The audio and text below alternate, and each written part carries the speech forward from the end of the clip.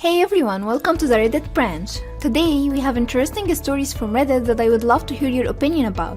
So feel free to let me know what you think down in the comment section. If you enjoy the video, please give it a thumbs up and subscribe to the channel for content like this every day.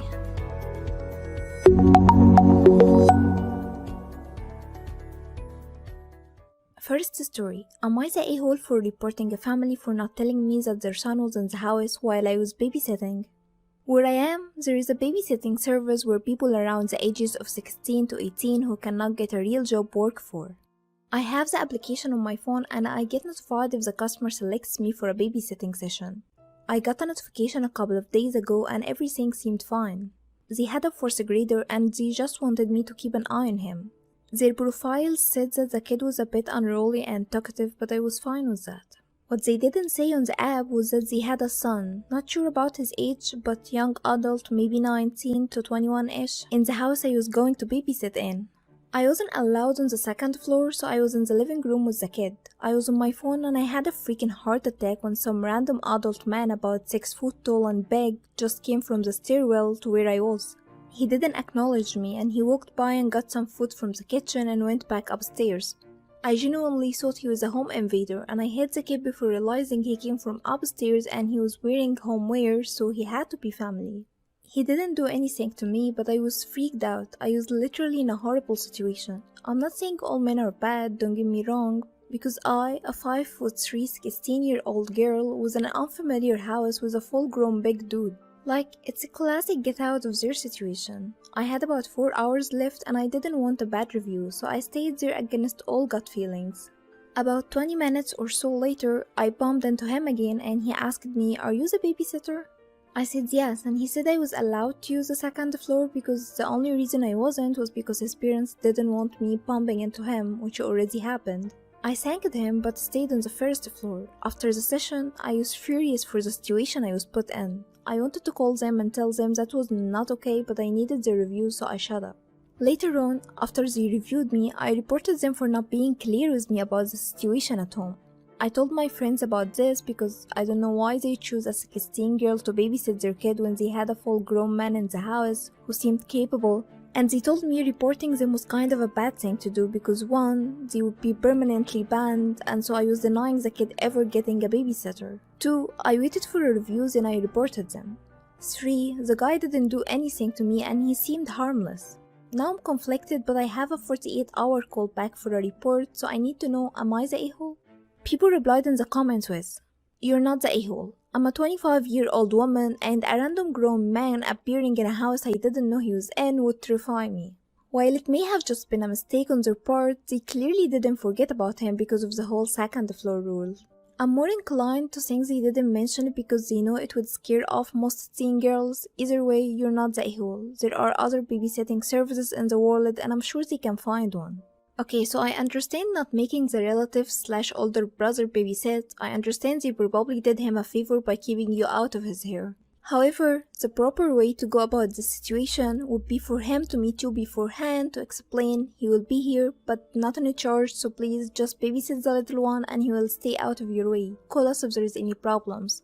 The parents suck for what they did to you. What if something did happen? You'd never have seen it coming. What if you did hear him and call the cops? How awful would that have been for the parents? Like, what were they thinking? You're not the a-hole at all. Now for my personal opinion, the poster is 100% not the a-hole. An adult man just suddenly appearing in the house can literally cause a heart attack. The parents deserve what they're getting.